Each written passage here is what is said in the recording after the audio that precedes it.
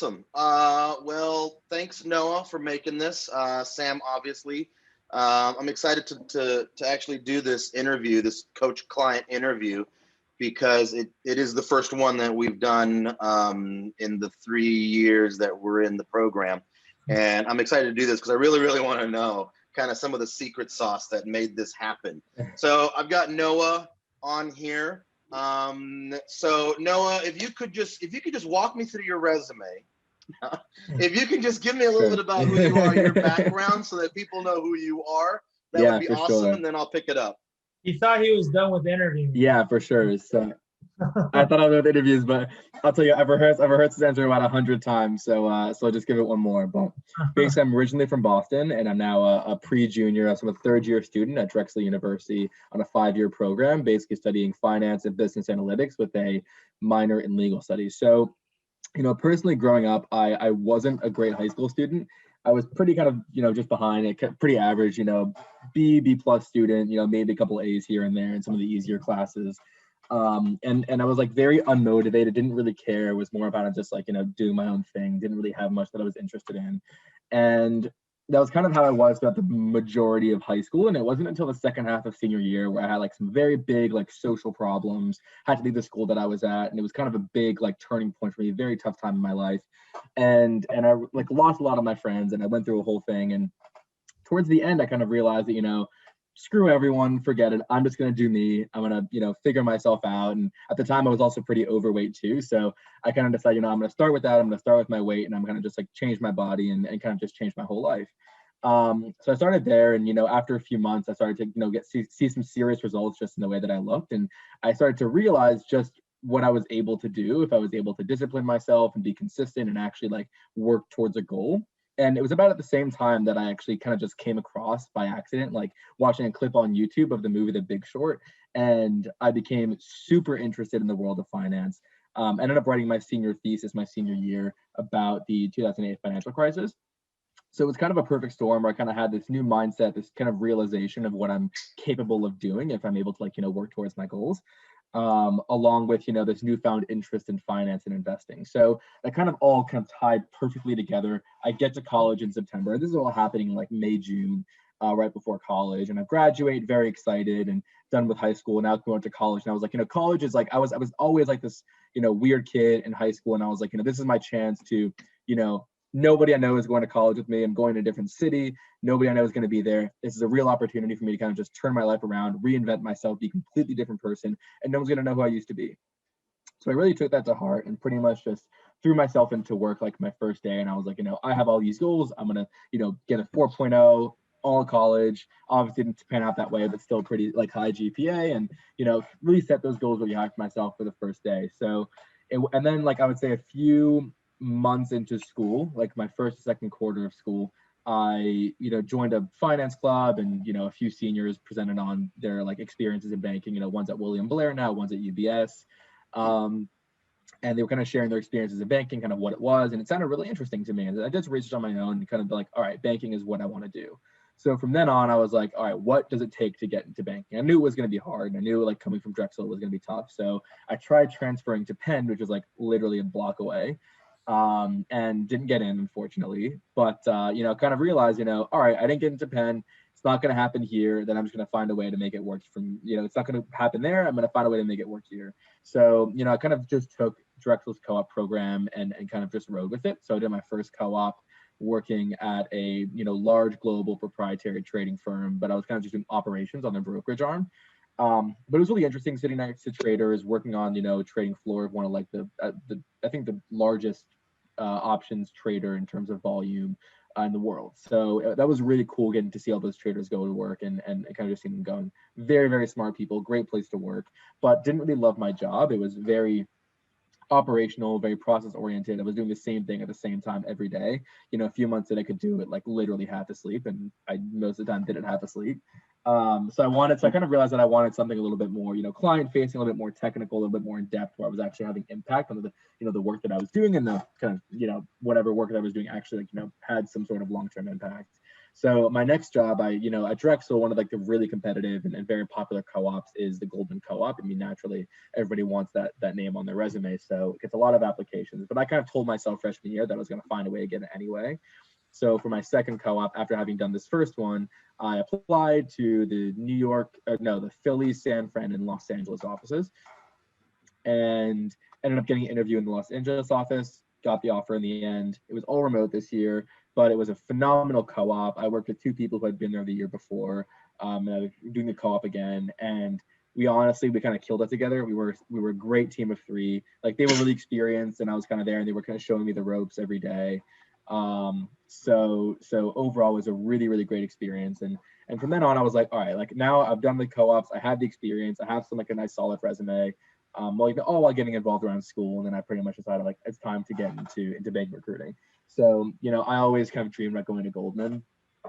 Still do. Could always see myself going back there, as you guys definitely already know, because I made that very, very clear in my first meeting. So I tried really, really hard to network while I was at Goldman. I think I emailed like 150 people while I was there. I met with like 35 people, ranging from analysts in pretty much every industry group, all the way up to the vice chairman of the investment banking division, the global co-head of M&A at Goldman Sachs, like people whose name really shows up in the news, which is honestly incredibly amazing, getting on the phone with them, and a bunch of partners, and people who to me were just people at the firm, but I guess to everyone else were really, really I guess well-known people. But spoke to a few recruiters, kind of built some relationships as much as I could while I was there, kind of just leverage the fact that I had a GS email address, which, made things a hell of a lot easier networking wise. But, and my girlfriend told me, Goldman's all nice and everything, but you kind of got to hedge your bets in case it doesn't work out. And you guys are reaching out to people outside of just Goldman. It's a very competitive place. I think everybody that I spoke to told me that, cast a wide net, don't just target here. So I did. And then I started just emailing people left and right. I started off by emailing 100 people a week, 20 people a day, Monday to Friday. And then most recently, I bumped it up to about 50 per day. And then, kind of just took it from there, and, got meetings at one place and another, kind of targeted a few different banks at a time, and just got all the meetings that I could. And then kind of, as soon as I had, a few contacts there, and move somewhere else and focus somewhere else. I like speaking to analysts first, kind of getting a sense of, do the analysts like working here? Is a place that I actually want to spend my time networking at? And if so, like, all right, let's start talking to some VPs, MDs, things like that. So, yeah. Let me jump in there, Noah. Ahead. Man, it's been a while since I've spoken to you on our enrollment call. And man, you just bring me right back to when I first met you. And it's like, this kid is a go-getter. Like, he's talking to everybody. He's out there. He's super proactive. Like, I'll be honest, man. I think I texted this to you when I congratulated you like a couple of days ago. I saw like that it factor in you, right? That winner in you, right? But something happened because we're on a call, right? Yeah. I'm like, this kid's like a superstar, but why are we on this call, right? Like, right. All this stuff. Like, you sold me, dude. But we're on a call, and I know that. And I want to take me back there on that part of the process, because it's really, really important, because the way your mindset back then was, you were on point, but you came to a realization, right? Something happened. You and I got eye to eye, and you just got down to the real deal. What happened, man, on that call with us? I think we had maybe 2 or something like that. Yeah. What happened? What did you see? What went on? What clicked for you, dude, that you're like, this has got to be the thing that's needed? Yeah. So for me, I was always a very big, I know that Drexel is not a target school. In fact, like, I think I'm the first person to get an offer at Morgan Stanley in the last at least 5 years from my school. I think the last person to get it, like, there's one other person I know who got an offer at Goldman. He's the first one in maybe, between 5 or 10 years since, like, in banking at least, to get an offer in banking at Goldman. So it's pretty safe to say that our, alumni network is really small. And, we're not a target school. We're kind of in the shadow of Goldman, not Goldman, sorry. We're in Penn's shadow, because they're like right across the street. So no one really cares about Drexel, because they just go right across the street to Penn. So they're pretty irrelevant to everyone, which is a pretty big disadvantage. But I was always very big on, this is what I want to do. And I'm either going to find a way or I'm going to make a way. I don't care what it takes. I don't care if I'm up until 5 a.m. every night. Like, it's just going to happen. And I pretty much convinced myself that getting a job and like a top job in IB is like do or die. And I pretty much took that to heart. And like, that's kind of what mindset took me through everything that I've worked towards, whether it was, my weight, my grades, a job, banking, recruiting. It was always, find a way, make a way, do or die. Like, getting a job in PWM was possible, but like that wasn't good enough, like nothing was good enough other than getting a job at a top firm in banking.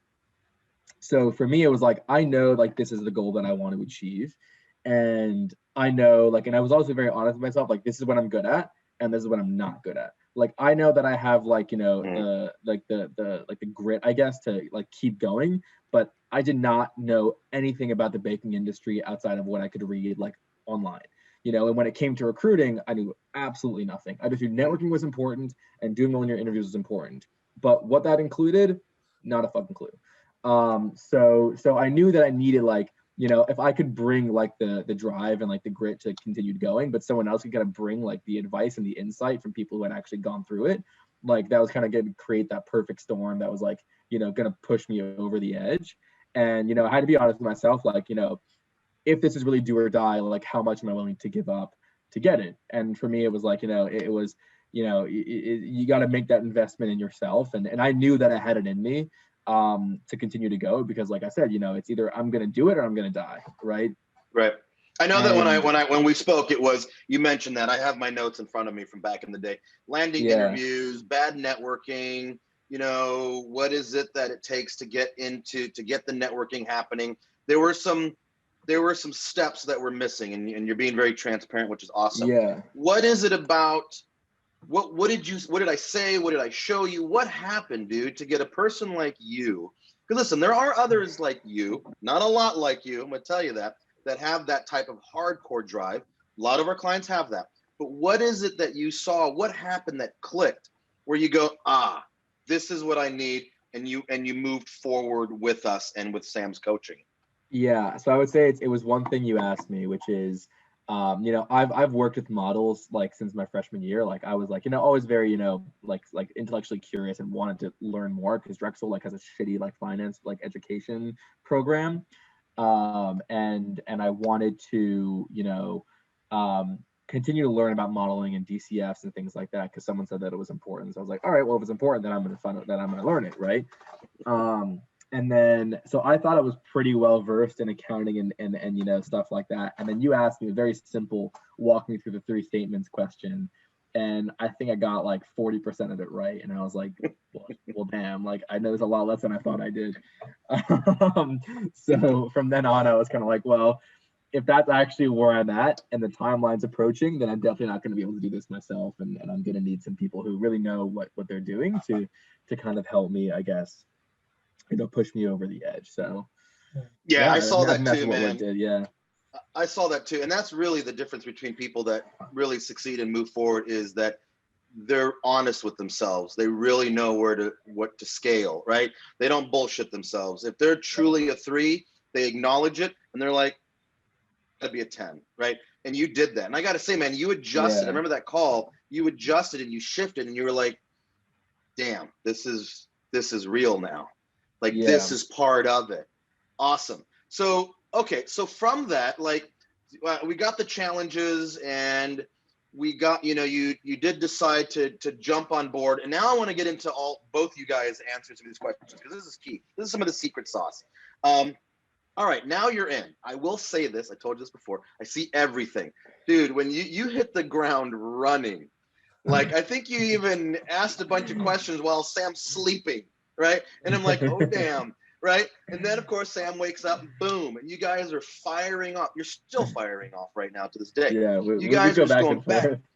Man, back and forth. And there's a couple of things that I want to say about your interaction in a way where, dude, you have a mentality where you're very proactive because you're just used to doing things on your own and so forth. Yeah. And exactly. You would throw it up. Look, I'm going to do this. And Sam would go back and go, well, why would you do that? He would challenge you. Well, why would you do that? Like, talk to me about why you would do that. And I see that you'd reposition it and you guys found like this synergy of communication, which I do find common with Sam and his clients. But what is it about when you got in and you did hit the ground running? What did it for you, man? Like, what, generally speaking, what was it about Sam and his program and Sam coaching you that you felt really just gave you that edge, helped you to succeed in landing the offer you have today? Yeah, so I would say, like you mentioned before, I was very big on just, being honest with myself. Like, this is what I'm good at, this is what I'm not good at. And from the position that I'm in, if I lie to myself about what I'm not good at, then I'm not going to get better at it. And like, I need to be good at everything in order to, like, land that job that I want to do. So I was kind of like, okay, like, here's what I think I know, and I'm going to ask it, because I'm too afraid to ask it, then I'm not going to get an answer. And then I would just like straight fire questions left and right, and Sam would either tell me you're right or you're wrong, and then I would kind of take it from there, and I guess, either I'm right or I'm wrong, right? And I was okay being wrong, right? Because I know that, like, if I'm wrong, there are people who know more than me. I'm not like some, born genius who knows everything about banking recruiting. In fact, kind of know less than most. So I was like, I'm just going to ask as many questions as possible, and I'm going to milk this as much as possible. In terms of the program, like, I knew I had a deadline, and I knew it was coming up close, and like letting the opportunity slip, like, in my head was just like unacceptable. Like, there was just no way it was going to happen. So I pretty much just like immediately first day in, like, all right, now I have this help, and you just kind of got to go for it right away. Yeah, I think I finished the entire like networking and behavioral, like the whole like networking and resume one, like in the first week. I finished that module. I was like on the treadmill, like going for a morning run, and I was like watching the videos. I was like, there's no time to waste. I gotta have a resume ready. The behavior one, technical one, I had a little more time for, but the resume one, like, you gotta have a good resume right at the beginning, right? So I kind of like focus on that first, make sure that was out of the way. And then I like, took a couple weeks and, thought through my behavioral answers. They were terrible to start with. And I think I changed like 50% of them, like, by the time I actually did my interviews. So kind of went through that. And then the technical stuff, I like literally went through it over and over and over again. I have like literally textbook. I have like a shelf of just banking textbooks right now, like just like interview prep, like Rosenbaum IB, the Breaking into Wall Street, like a textbook a professor gave me my freshman year on just like financial analysis and valuation. And I would like go through the modules, and I would like, watch the videos and kind of go through the practice questions. And then I would like go through it again in a different book, and I would like highlight it. And then I would take notes off the things that I highlighted. And then I would go through their practice questions like 50 times over. It was kind of like, there's a deadline approaching, and I'm not like, and I'm not going to be the ones who's going to like miss out because I didn't work hard enough. Like, to me, the thought of like, I could have done it if I had just worked 5% harder, but I didn't, because, I, slept in one morning, or I didn't, stay up late and practice a little extra. Like, that to me was like, that to me, like, would haunt me for the rest of my life.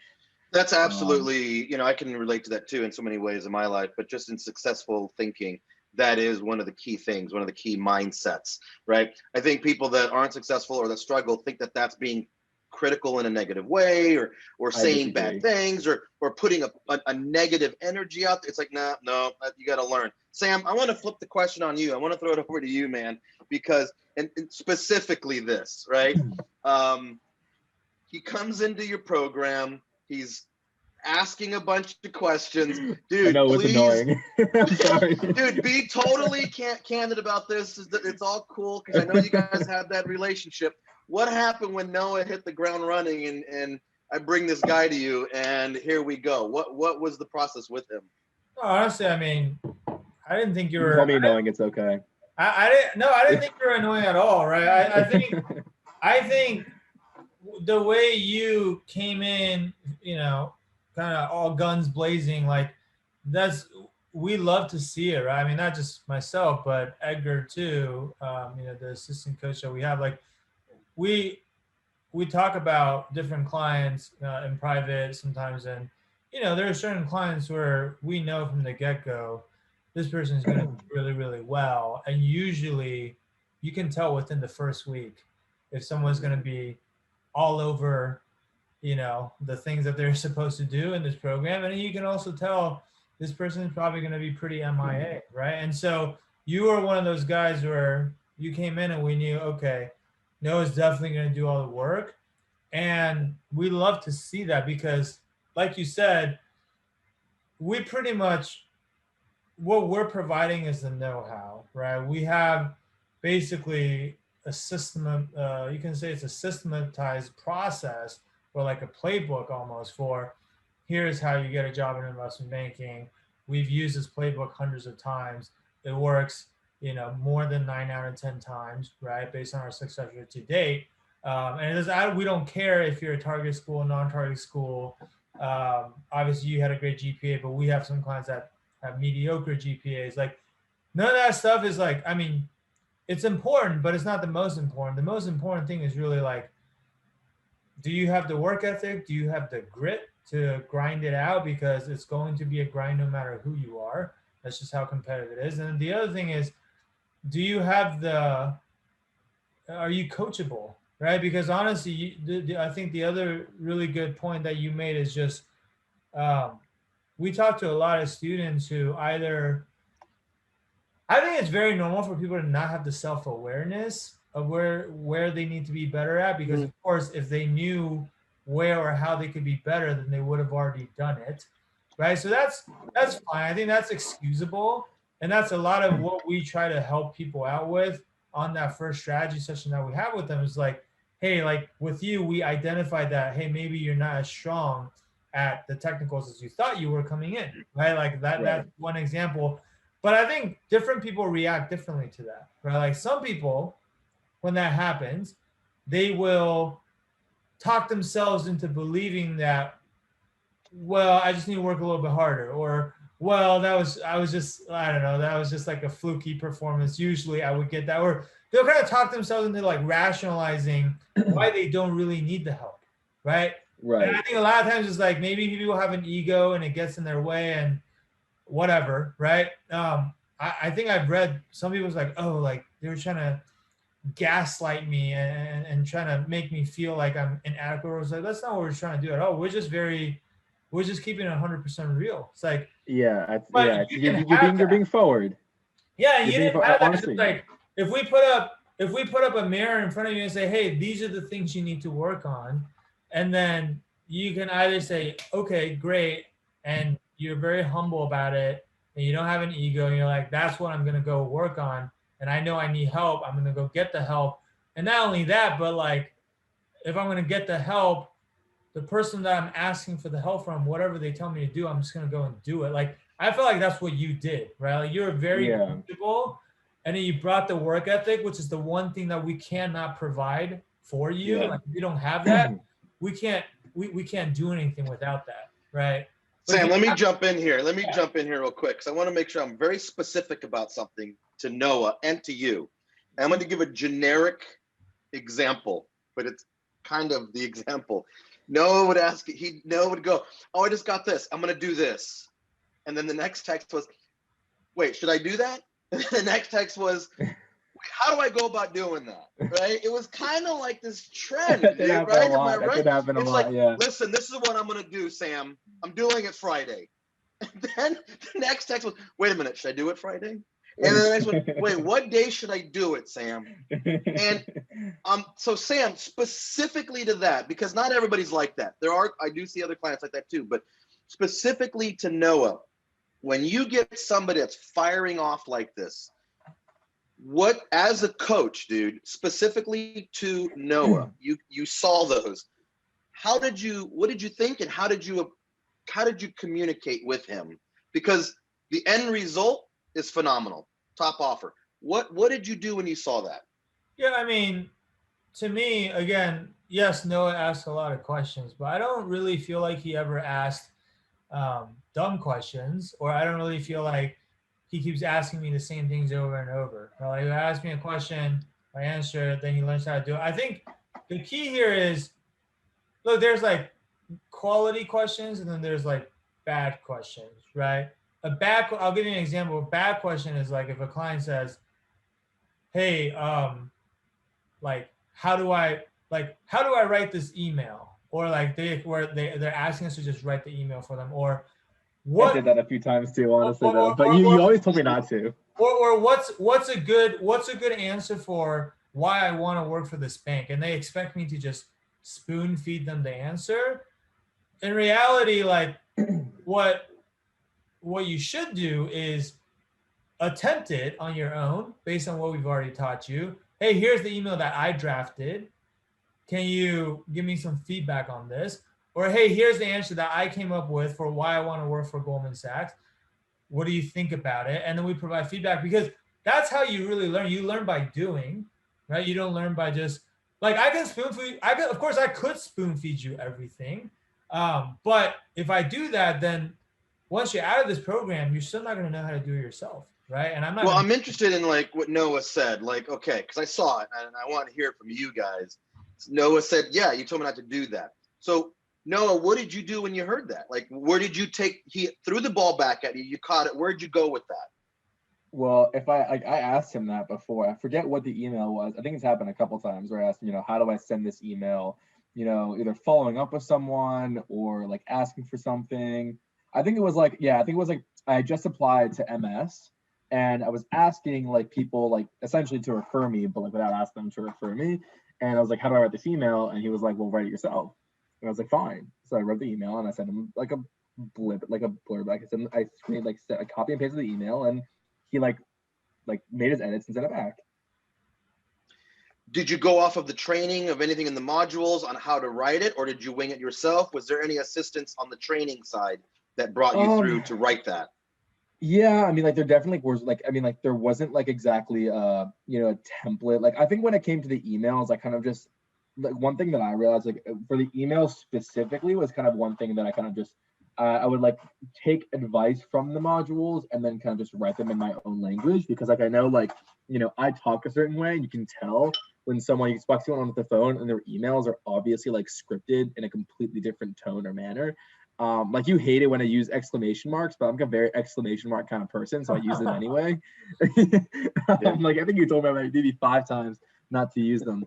But when it came to that email, I was like, all right, there isn't any like guidance in here on how to do it. So I'm kind of just gonna like, I knew there was a phrase for how to ask for a referral, like, oh, how can I position myself for an interview? Reiterate interest. Like there are like different ways of going about it. So I kind of just combine them into a paragraph and then send it to him, and he kind of put his comments in. But yeah.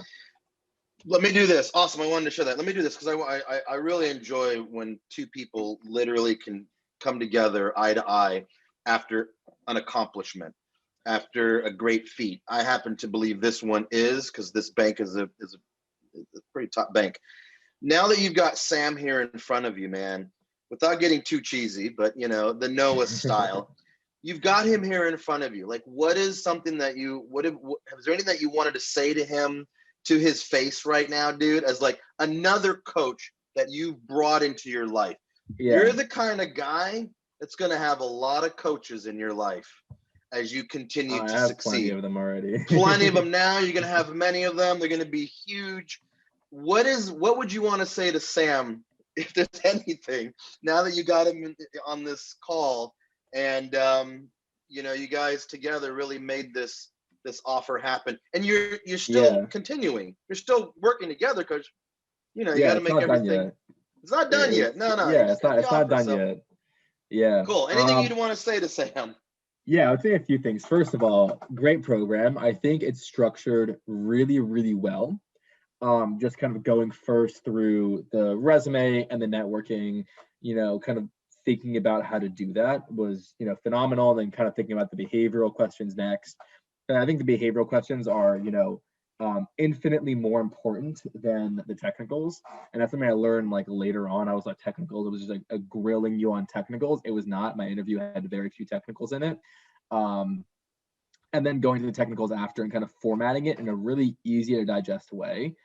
I always found that was a much easier way to learn it than reading it in a textbook, or having someone explain it to you in a way that's really easy to digest and with simple words like makes a huge difference. So first of all, great program. But I would say the best part of it was, first of all, the community was great. Like I didn't post that many questions in like the general like channels. But seeing those conversations go, a lot of questions do get answered there.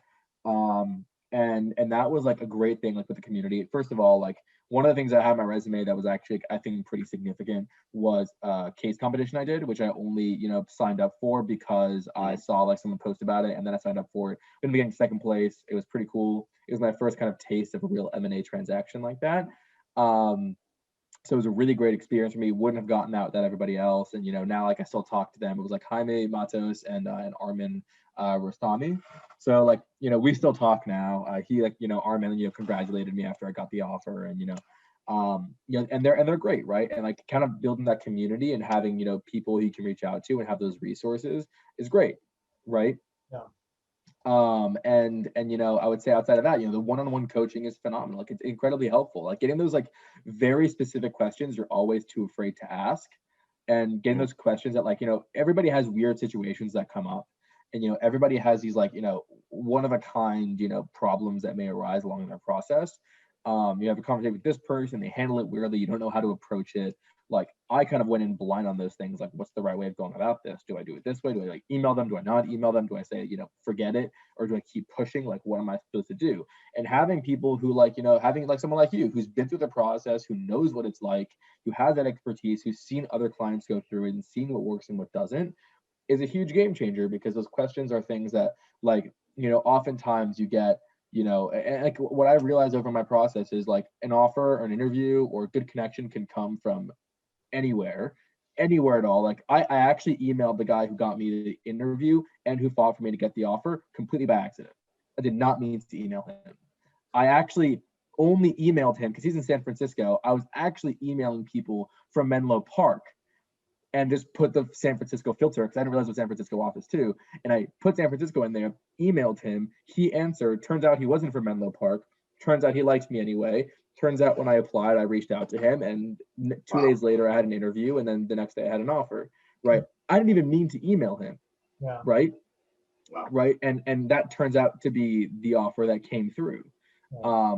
So like unique situations come up a lot, and I would say that having people like Sam and Edgar who really know what the process is like, who really know what they're doing, who have been around the block a few times, who've seen different clients and seen different situations, know what works and what doesn't, really makes all the difference, because like you never know what might be the thing that sticks, because like networking is really just throwing mud against the wall and seeing what sticks, and you're just hoping that as many things stick as possible.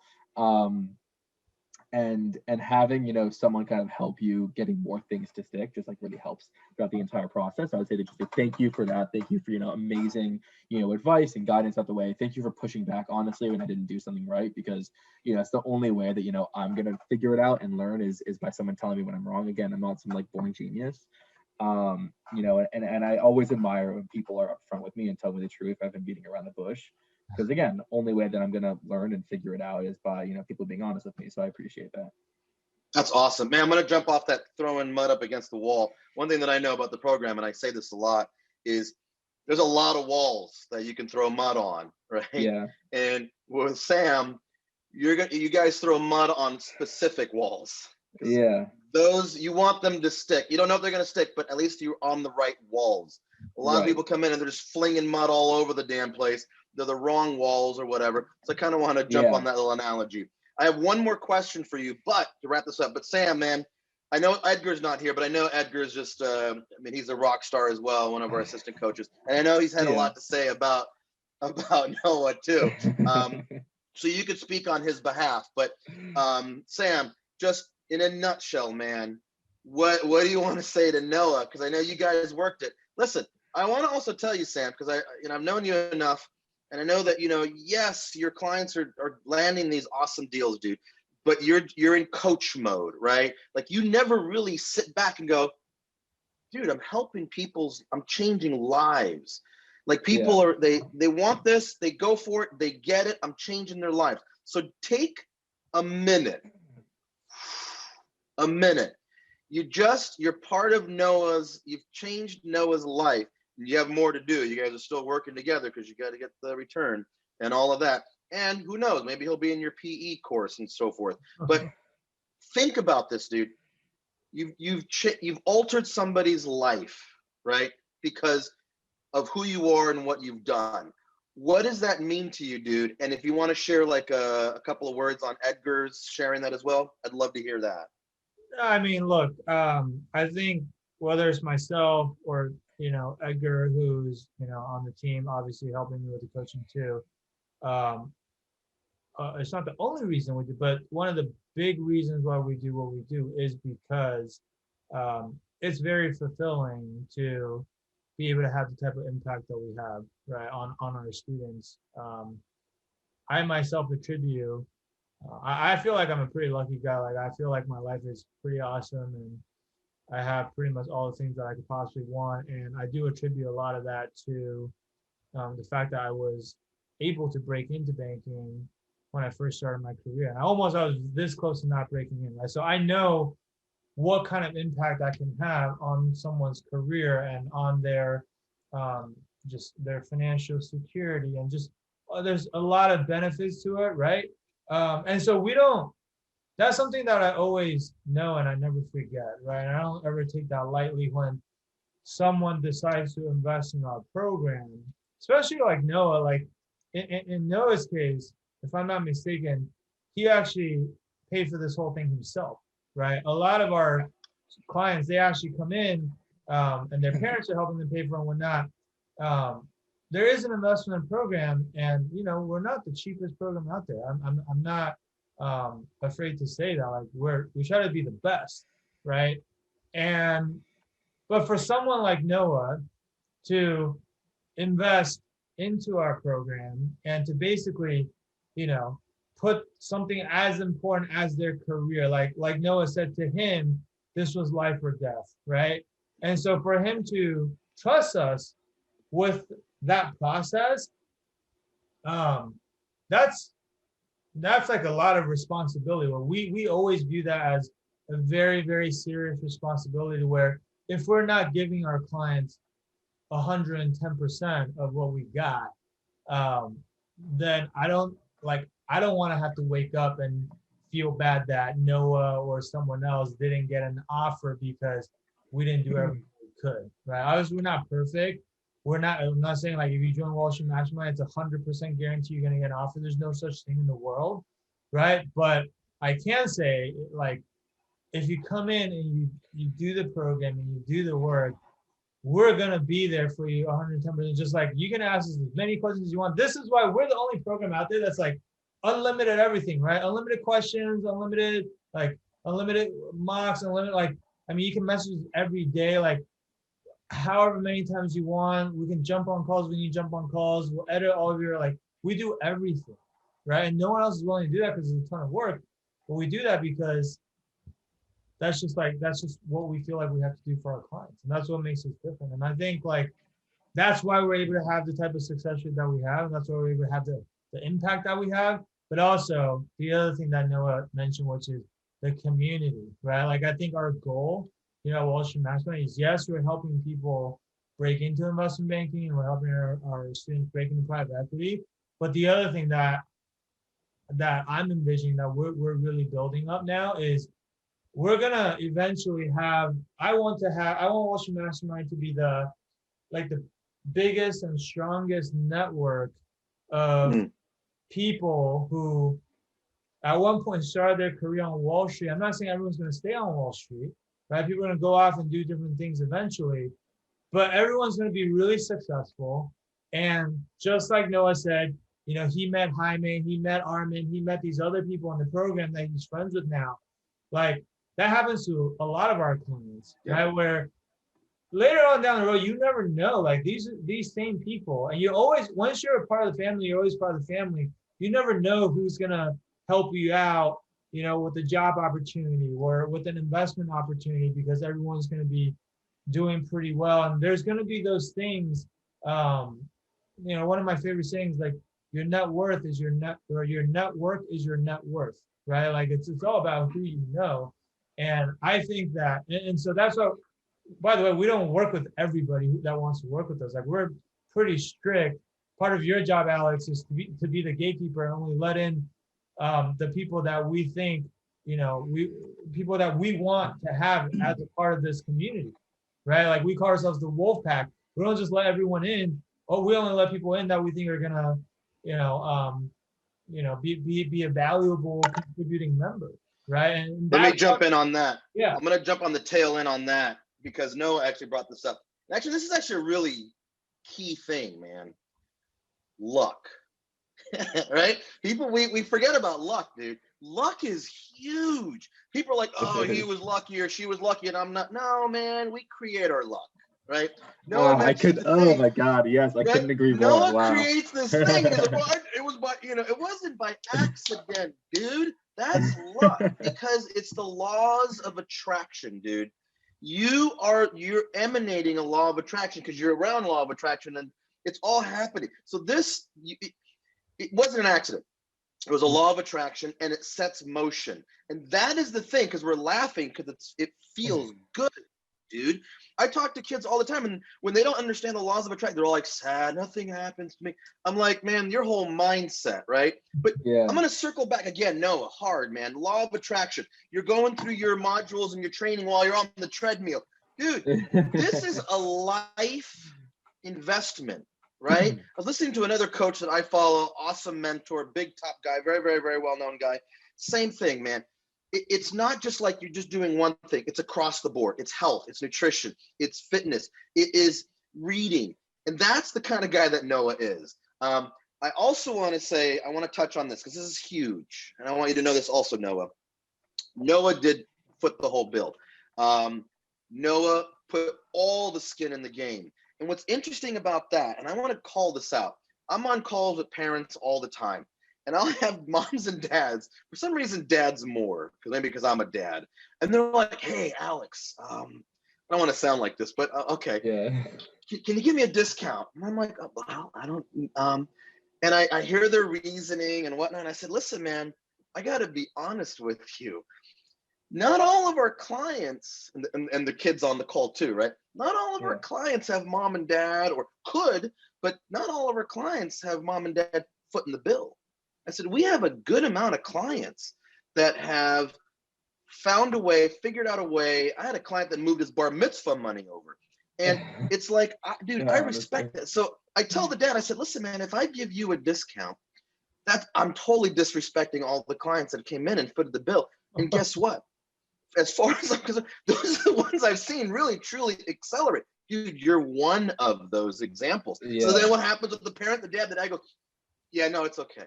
Right? It's like moving on. It's like, why would I? No, I don't want a discount because, wait a minute, I am covering my kid.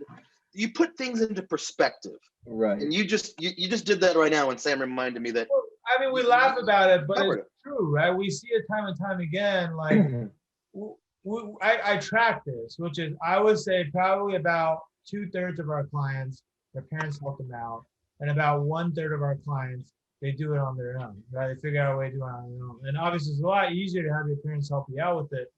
But guess what? This is not surprising to me. The kids the students who do it on their own, they're always the ones that show up and play full out. And as a result of that, because they have so much skin in the game, like no one's going to invest their own money in this program and then come in and mess around, right? So they come in, they play all out, and then they always get the best results, right? And so I don't think it's a coincidence, right? And you can tell from the very beginning when someone decides to invest in something like this on their own, that they just have a different mentality, they have a different mindset, versus there are a lot of kids out there who don't understand the value of investing in yourself. And they're like, well, I could just Google everything or whatever. And it's like, well, yeah, but you can. The answers aren't always there, right? They're not always there. And the answers aren't going to be customized to you specifically. Right.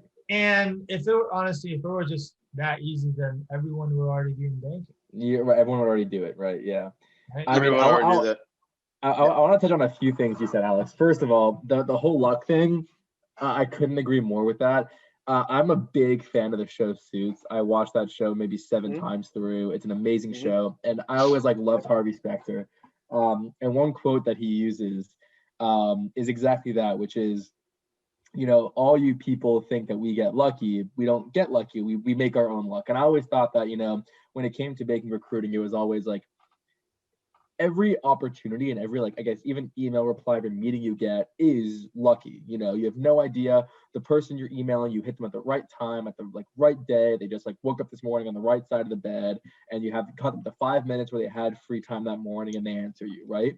And I always thought, especially with networking more than anything else, it is so much more luck, but all you can do is just give yourself as many possible opportunities to get lucky. And the truth is, a lot of it does come down to luck. People aren't just always sometimes you email someone and there's such a good connection there, they always answer no matter what they're feeling. But when you're sending a cold email to someone completely random, you have zero connection to, it's honestly hitting them at the right time on the right day when everything's perfect and they answer you. And then you talk to them and it's the perfect time on the right day. And suddenly the stars align for you and everything works out, right? And that's pretty uncommon. But if you do it, it may be 1,000 to 1. But if you email 1,000 people and you get one, that's the one you need, right? So I always thought, the whole luck thing, it's true. You do get lucky, but it's the people who give themselves 1,000 or 2,000 opportunities to get lucky versus people who email 50 people, don't get lucky, and then give up, right? Let me add to that luck, Noah, because you're a good example. There's a lot of people that get lucky and are thrown the ball, and they're lucky, but when they throw it back or whatever they're supposed to do, they fall short. Yeah. So one thing is being lucky, and the other thing is being at a very high level of whatever it is, competitive, a high level of 10. A lot of people get lucky and they're at a 3. Well, you had the luck for whatever the reasons are, right, but you weren't able to deliver. You did the thing. It wasn't lucky, but guess what? You backed it up at a 10 out of a 10. Dude, listen. I got a good this answer is where for that. I throw this back on all of the people in the world that are lucky and supportive, that back it up. Because if you can't back up the luck, you wasted the luck. Right. You did that. So I have a great answer for that. So I'm from Boston, like I said before, and I literally grew up in the Tom Brady era. And now Tom Brady has been, I know everyone in the world hates Tom Brady, but I idolize him. And it's for one main thing, which I is respect him. I don't hate him. I respect him. Okay. I know I'm in Philly right now and everyone here hates Tom Brady. So, so it's pretty, hot and cold. But I grew up being obsessed with Tom Brady. It's always for one thing, especially in the last few years when I really started working towards something. And the reason is, he was in high school, he was the third string quarterback, worked his way to a starting job, found a way to get into a good college, was the fifth string quarterback at Michigan, found a way, got picked a few good starting games, was on and off throughout his entire college career, found literally by sheer luck got his way into the NFL at pick 199 in the 6th round, didn't even think he was going to get into it.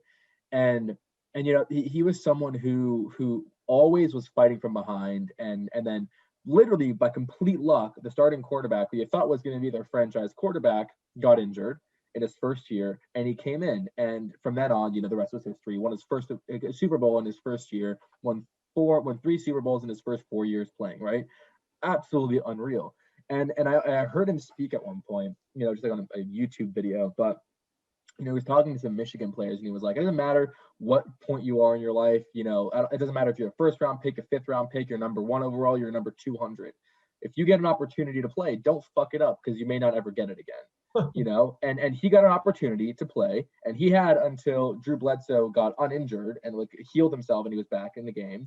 And he got that opportunity by sheer dumb luck, but he was prepared the entire way through. He busted his ass, even though he was a bench player, and the stars aligned. He got his shot, and he didn't fuck it up, right? And I was for me, I don't have the luxury of getting 100 interviews. I'm not a Harvard kid. I'm not a Penn kid, right? I'm not gonna have people knocking on my door. So if I get one shot, I better not fuck it up, because I may not get another one, right? So for me, Dude, you nailed it. You nailed it with the thing, because basically what you're saying, listen, I wasn't a Tom Brady fan back in the day because I'm a Yankees fan, I'm a Giants fan. I have a lot of Boston friends though, so I love our rivalry. But as the years went on, I'll say this on the record, man, Tom Brady's a badass. There's no other person like him on the planet. Obviously, he has the most successes than anybody on the planet, and he's not done yet. So yeah, he's not. I appreciate, because of that, All the rest is just politics and whatever, dude. That is a winner. But what you're doing right now, man, is the key thing. You've modeled Tom Brady. I've modeled many, Yankees fans or Yankees players and whatnot. You modeled somebody, and that is key to be able to have people to strive for. You're not going to be a football player. I'm not going to. You're going to be athletic. No, but player. you're gonna strive, and you took from others.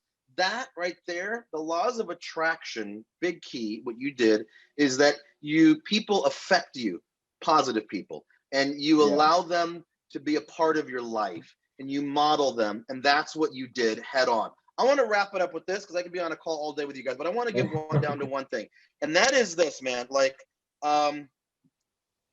what is that? What's that little piece of advice to wrap it all up where you were somewhere, you were struggling with certain things, you couldn't figure it out, you met me, you came into a program, you met Sam, you got to, and when you give this little advice, please plug your offer, what you got, if that's cool. Be loud and proud. Be loud and proud, dude.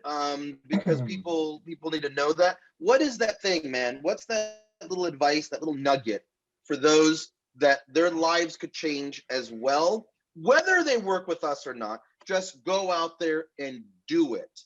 But if they do work with us, as a alumni or whatnot, what would that advice be?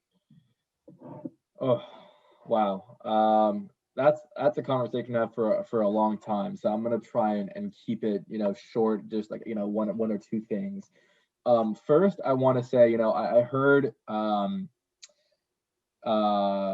Robbins, right? Oh my God, what's his name? A very well-known motivational speaker, but I heard him once say, Tony Robbins. Well, I can't even forget his name. But Tony Robbins once said, if you're trying to take the island, burn the boats.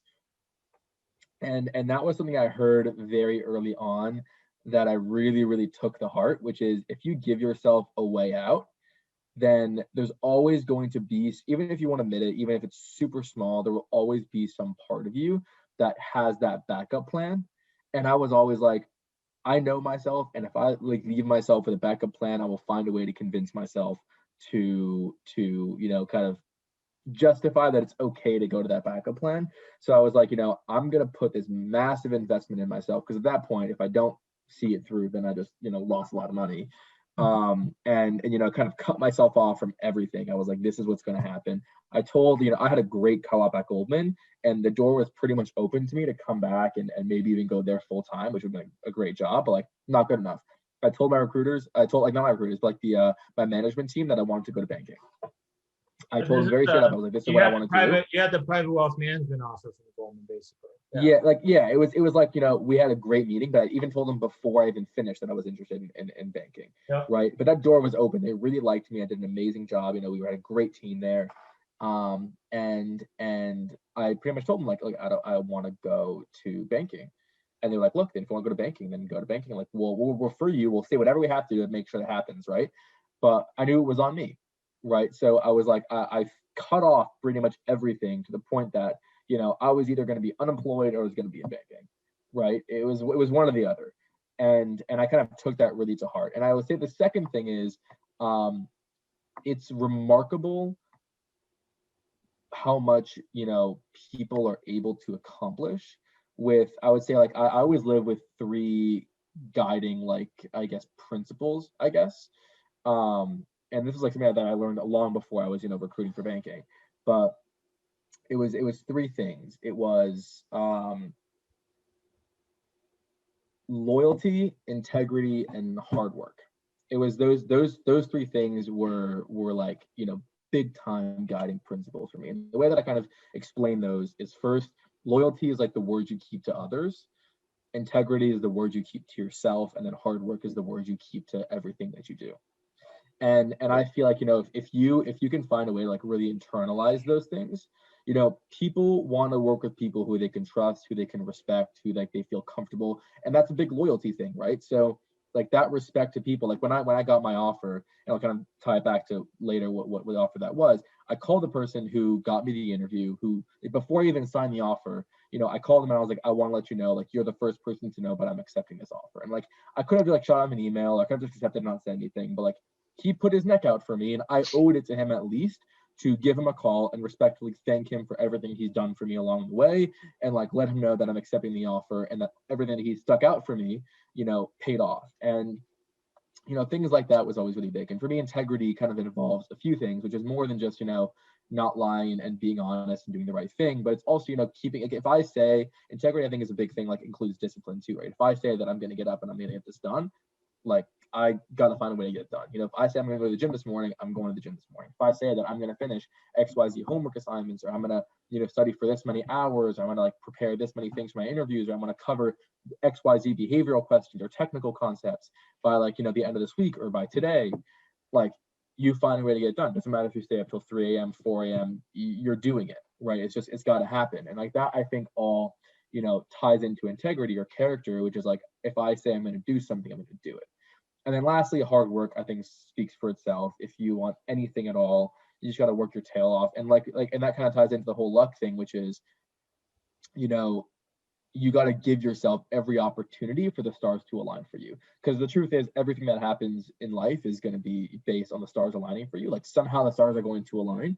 But I feel like the people who, like, I've seen at least, who are really successful, because like my cousin was like a GW kid, like transferred from Ithaca College, and now he's a portfolio manager at a hedge fund, right? And he's the kind of person who, literally like networked 10 times more than I did, and like from job to job until he finally found security. And it was like, you realize that you got to give if you want to achieve great things, you pretty much have to give yourself every opportunity for the stars to align for you, because everything, if you're playing from behind, you're only going to get there by the stars aligning for you, and you got to pretty much give yourself every opportunity for the stars to align. And I think that just comes from like sheer hard work, nonstop, every day, making it your entire life.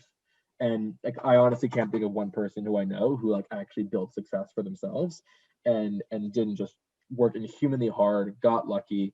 And like, we may have this whole conversation about luck already, but like it wasn't really like they got lucky. It was like they gave themselves a million opportunities to get lucky, and then one of them finally hit and everything worked out. And I feel like that's kind of how this situation went. Like I mentioned, I wasn't even supposed to talk to this guy, and he was the one person in the office who gave my resume to the COO, and like was CC'd on the email when I got a super day, and who literally called me before saying, look, if I vouch for you in this meeting right now, will you take the offer? I said yes. And he like literally was in the meeting and vouched for me, and a few hours later I got the offer, right? Wasn't even supposed to talk to him, didn't even mean to. I meant to email someone else. Right. Well, I want to wrap this up, and I want to let you know this, and you're absolutely right. That story just does it. I want to say this for the record, dude. You are what I consider, because I do this, I enroll. You are what I consider at this point like a 10 out of a 10 in many ways. Hearing you, like Sam and I are old guys, we did our thing, but you're in the mix, dude. You're starting your life right now. You're building your career. You're going to soar. I'm sure we'll bump into each other down the road here in New York. You are what I would consider other students that are figuring things out, dude. When they see this, hear you, watch you, you're kind of a mentor role model. You got an offer, you're going to kick it, you're going to kick ass, you're going to make things happen. But when they hear you, they're going to put to heart more what you have to say than Sam and I, right? Because you're the real deal. So congratulations, absolute high five. What did you get, man? And what are you doing now that you got the offer? What are you going to do until you go into your internship? Yeah, for sure. So I guess the big question, so I got an offer at Morgan Stanley in their San Francisco office, essentially covering their financial sponsors group and their industrial technology. So like EVs and stuff like that. So it's a pretty, great opportunity. It gives the ability to, first of all, be in the West Coast, which I personally like West Coast people more than East Coast people. I'm a little biased. I had an internship with LA people, and it was great. What? I said, sorry, Alex. Listen, half my life in the West Coast, my other half here in the East Coast, so I'm good. Yeah. No, but like I like the West Coast mindset a lot. But also left the door open since I worked at Goldman. That like been in touch with a few recruiters, and that door to go back to Goldman's been opened.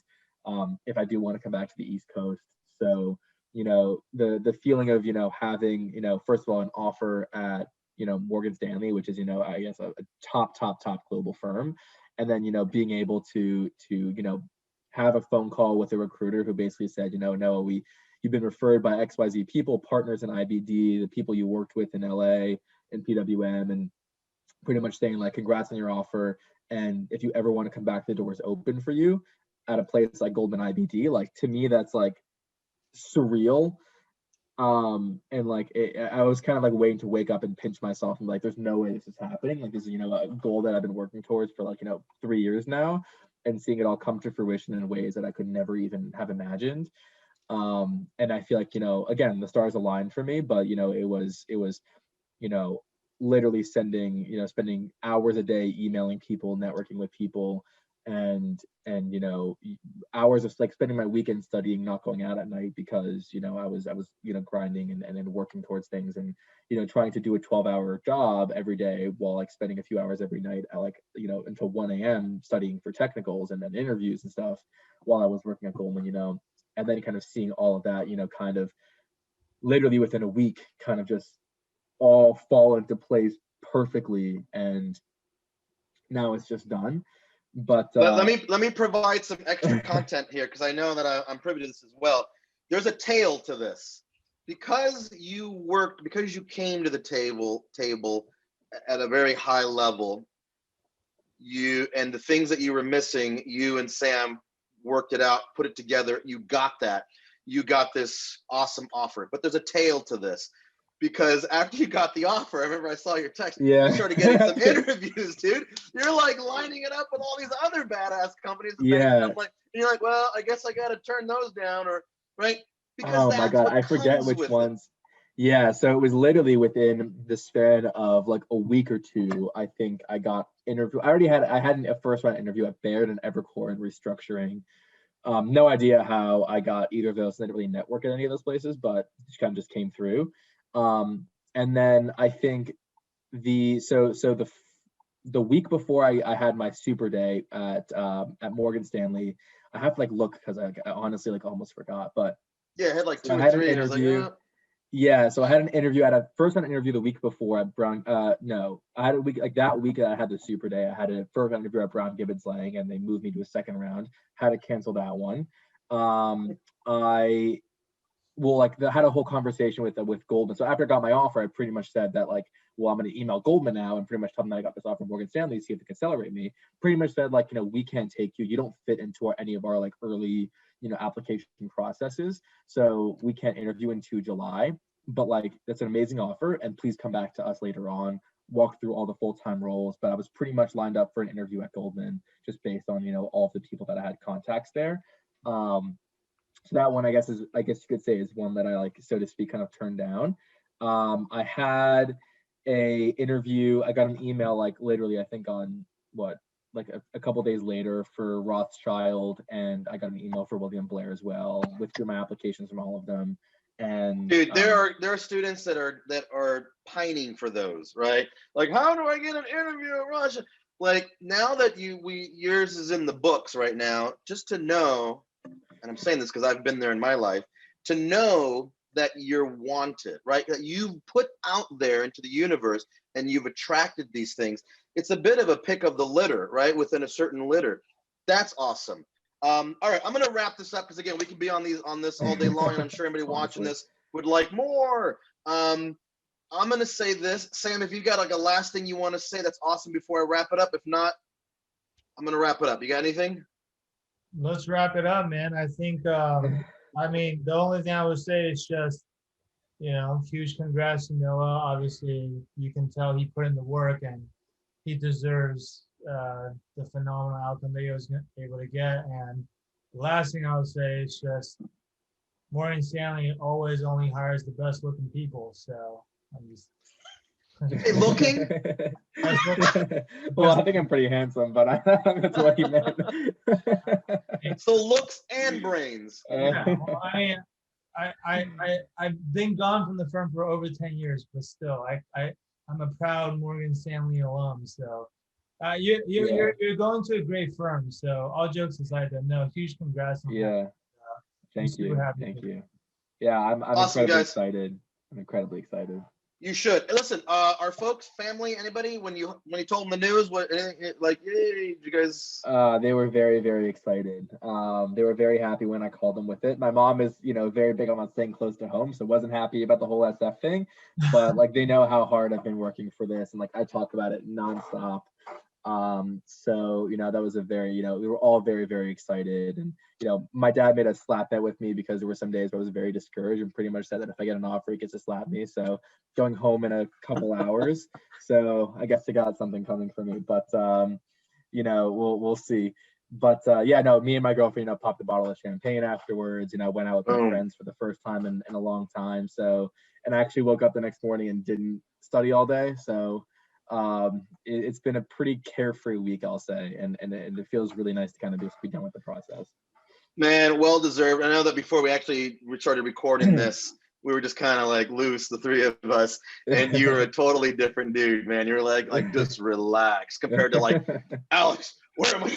It was like so anal and like, boop, boop, boop, boop, boop. And like when we jumped on the car, like you're already ready for the beaches of San Francisco. Oh my God, you have no idea. You have no awesome. idea. Awesome. Well, again, congratulations all around on both you guys. Sam, dude, superstar coach, and then of course superstar Noah. Best to everybody, and off to some cool stuff in our lives. All right, guys. Thank you guys so much for everything. Yeah, man. Congrats. You're welcome. Bye, guys. All right.